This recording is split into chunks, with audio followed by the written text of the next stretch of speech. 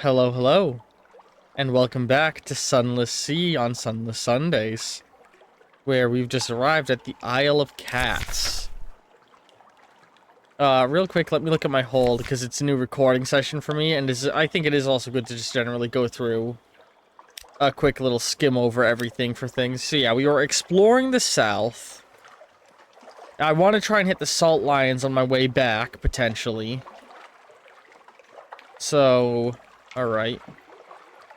Alright. Alright. Because I got enough money to buy the salt line stuff, right? Yeah, more than enough. We just need the 20 units of cargo hold space. We're not really going to touch the north for a while, because I know everything we're doing is pushing us to the south. Yep, that's everything we got. We found a hunter's eye. So many cool things. This game is so fucking cool. Let's see here. Yup. Okay. Favors. Lineage. What we want. Memories. Nothing there important. Objectives. We need to find Gator's Mourn. Which is, we have yet to find the location of. This determines, I'm looking for my father's bones. They want me to go to Irem, which is in the far northeast. And for this, I need to find the Fathom King, wherever he might be. This guy also wants Gator's Mourn, so we got multiple quests taking us to Gator's Mourn, and we want to try and find our way there. I remember now. We've got plenty of cargo space, plenty of fuel, plenty of food. Alright, let's talk to these people. The Isle of Cats, where there are roses. Port Cavendish, a scatter of yellow-lit honey dens and brightly painted alehouses to the southeast raise the stone... sorry, I didn't pause at the period. To the southeast rises the stone tower of the Cavendish Abbey. Its ramparts hung with crimson and gold banners. There are sailors from all across the Neath hauling cargo, dicing and brawling good-natured on the docks. The air carries the sound of sea shanties sung with more enthusiasm than skill, and the smell of roses edged with brimstone. Practical welcome. Welcome to the Isle of Cats. Welcome to the Isle of Cats, the wide-eyed Dockmaster says brightly. Would you like to bribe me not to write down your details in this nice official ledger? Why? Unlock with no more than key to the caged gardens. The Pirate King's notice is no more than 0. It cost me 5 echoes. It's only a pence.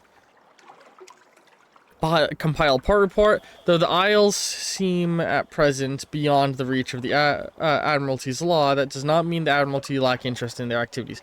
So they have shops here. Buy fuel and food at absurd prices. Got it.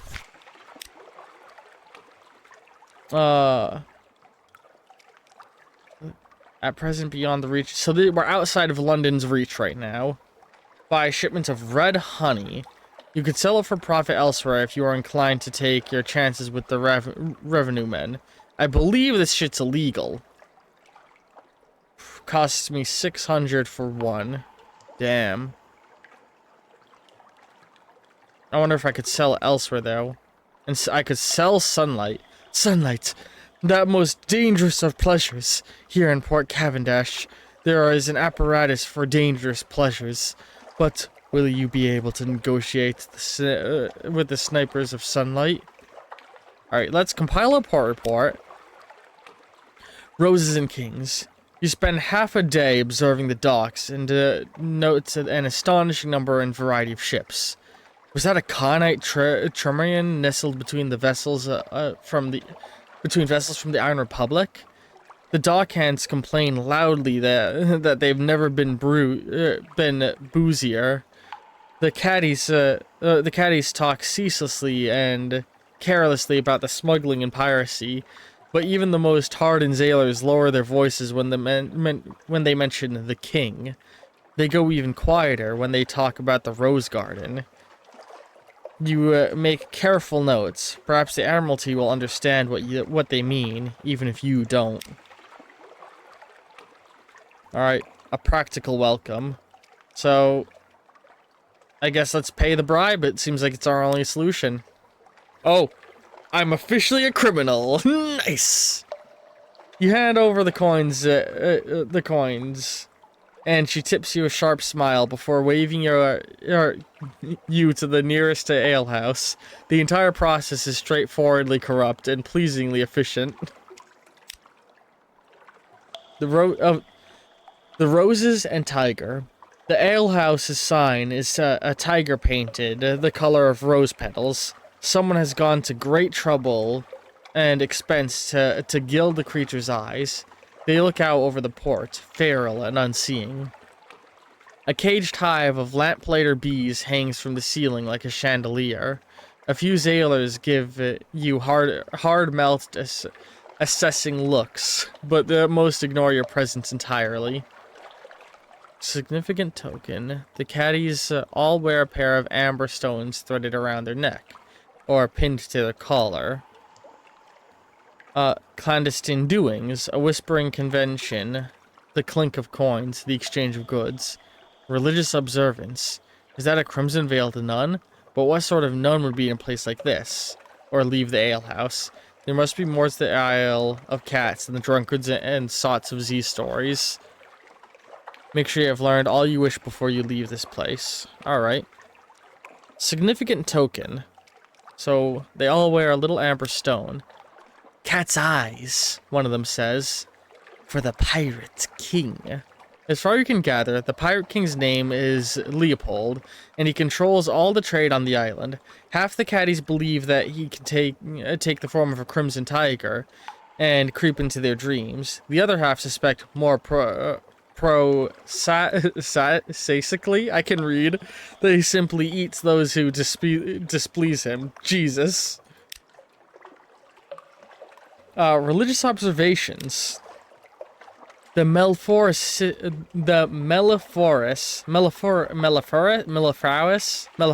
sister, of course, she responds, performing a complicated negotiation between vial, thick gloves, and glasses of mushroom wine.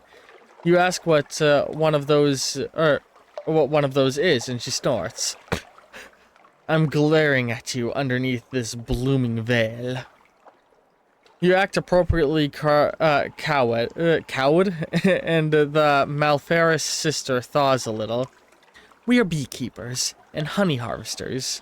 The caddies owe their prosperity to us, and the Pirate King too. She slurps the last of the mushroom wine behind her veil, and the barkeep glides over to refill her glass, eyes respectively downcast. Alright, clandestine doings. The merest taste. I can read. I'm smart.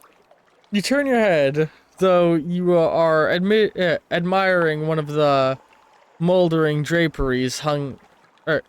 You turn your head as though you're admiring one of the moldering draperies hung from the wall. A vial flashes in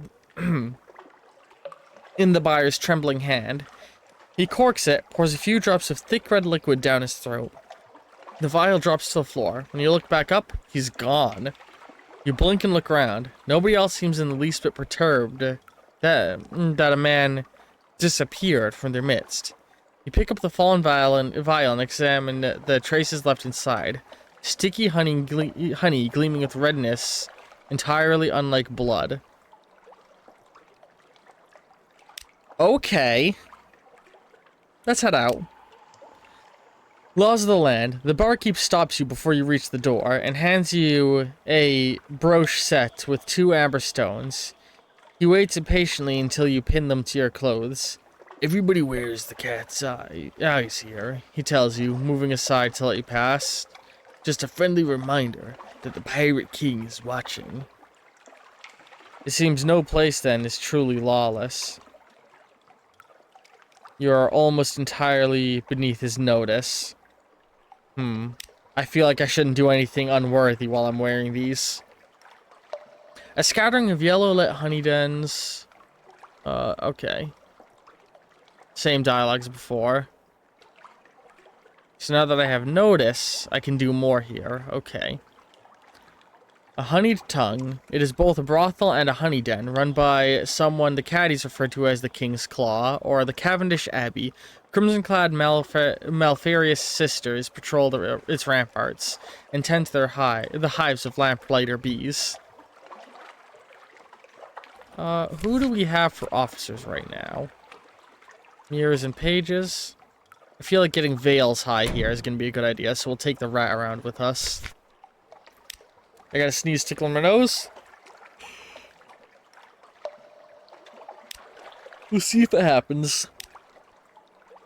The Malfarious sisters make their home in the richly appointed stone towers of the Cavendish Abbey. Their thick gloves and crimson mesh helmets are worn, less for modesty and more for their practicality. They tend to the hives of lamplighter bees all across the isle, and make a religious observation of harvesting red honey for the Pirate King. Your actions will attract the Pirate King's notice. You need 5 Pirate King's notice to gain an offer from a patron.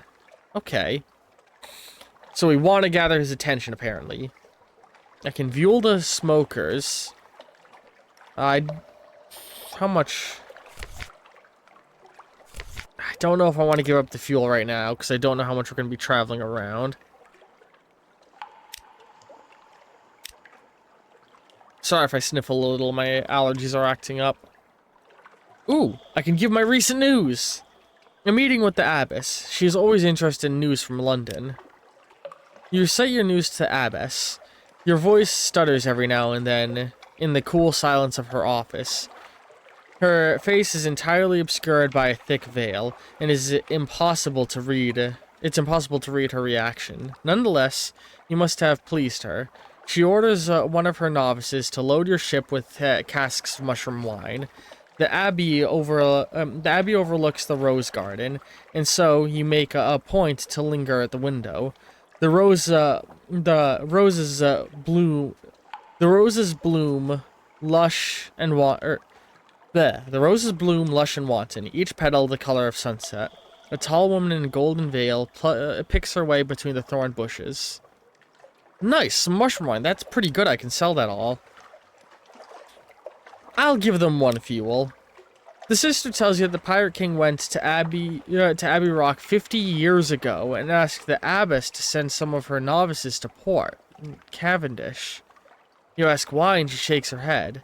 The better question is, why did the Abbess send her precious novices to a place like this? So the Abbey has connections to these people. Interesting. You suggest a hefty bribe, or perhaps a coercion. The sisters cackle harshly. The sisters of the Rock respect strength of arms, which of course the Pirate King knew only too well. He challenged the Abbess to a duel and won. She didn't have much choice then. She cackles again. Ask the Abbess if you don't believe me. She was one of those very novices sent across the sea. Interesting. Okay. So, we now know the pirates have reached all the way up past Abbey Rock to here. No surprise since we see pirates active, but to see that he's been so active so close to London is intriguing. Yeah, it looks like in this timeline, London's holdings mostly exist to the north. Because we know London has control of the immediate area, Station 3, Demexis, and the Salt Lions. So we have this little triangle of their range, with Pigmote not actually being theirs as well. Meanwhile, the pirates have activity as far as the Isle of Cats and at least have dealings with the Abbey, though it doesn't seem like they're actually allied with them. So maybe I was reading too much into that bit. Interesting. Let's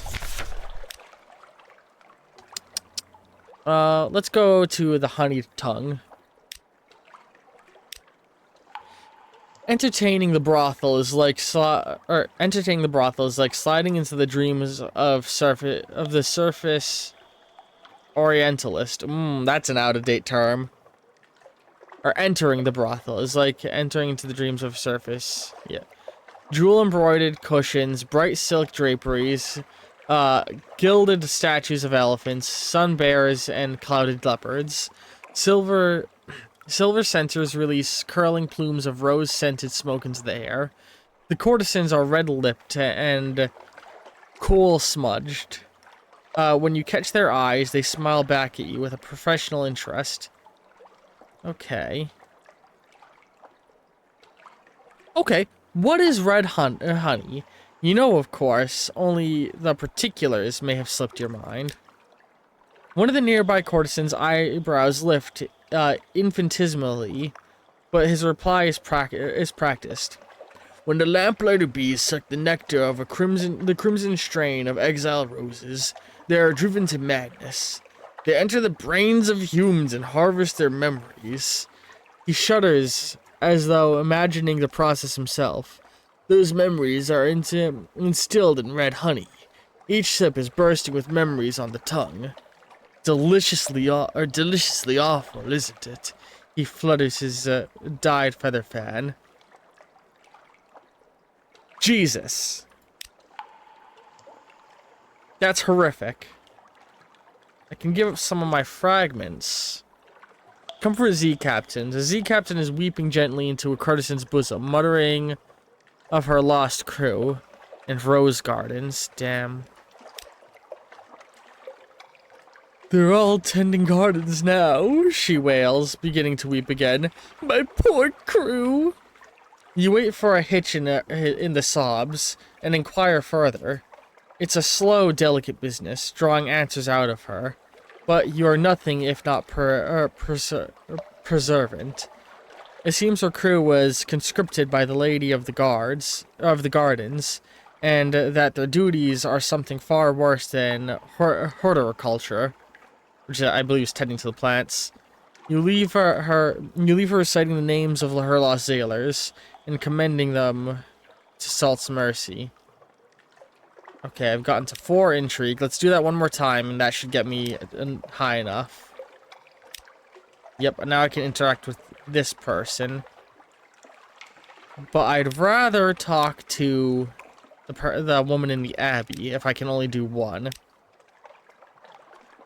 The Lady of the Gardens offer. Her name, she says, is Zarya. You should use it. We have not met, have we? No, this is definitely the first time, but...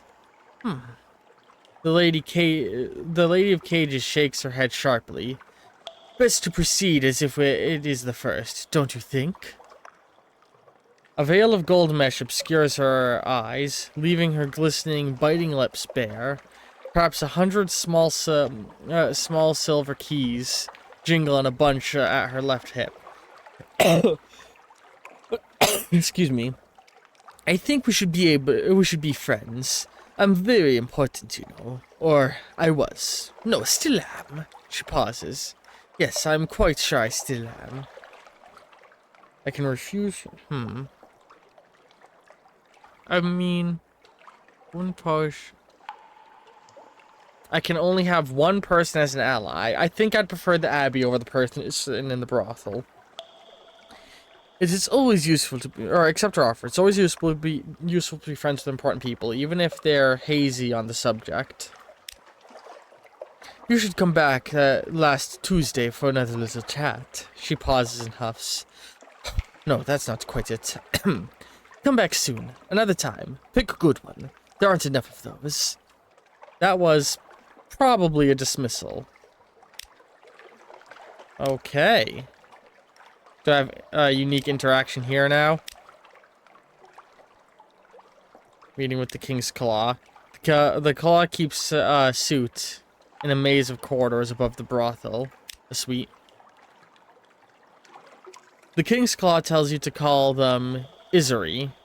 Ooh. They're dressed in azure, I can't say that word right, azure silk. It's a color of blue, and wearing clawed rings of enameled metal and ivory on the fingers of their right hand. They are very beautiful. If you like them sharp and glittering. My getting all tongue twisted. Sharp, glittering, and ambiguously gendered. You have caught the interest of the Pirate King. Or you have caught the interest of the Pirate King, and therefore my interest as well, they say, fixing you with amber-eyed gaze. You seem capable enough, and I have need of capable friends. A promise made. One of the courtesans of the honeyed tongue bends down and whispers into the Isri's ear, and they give you a thornful look. Dear me, it appears I've made my offer rashly. Isri says, ushering you out of their office with perfect courtesy. You're already taken. Do say hello to Zario, won't you? What an excellent eye she has. So, I can only side with one out of some sort of professional courtesy. As you enter, the Lady of Cages is sitting on the windowsill. Oh, excuse me. Staring out at her gardens. On the on the desk is an open casket. Within are 10 gleaming vials of red honey, cheerfully packed. Freshly harvested from the Malferous sister. Touch them. Go on. They're still warm. From the honey spinner. Zarya turns toward you. They're for merchant's venture, over in London. You'll take them from me, won't you? Unless you already have. No, clearly not. No.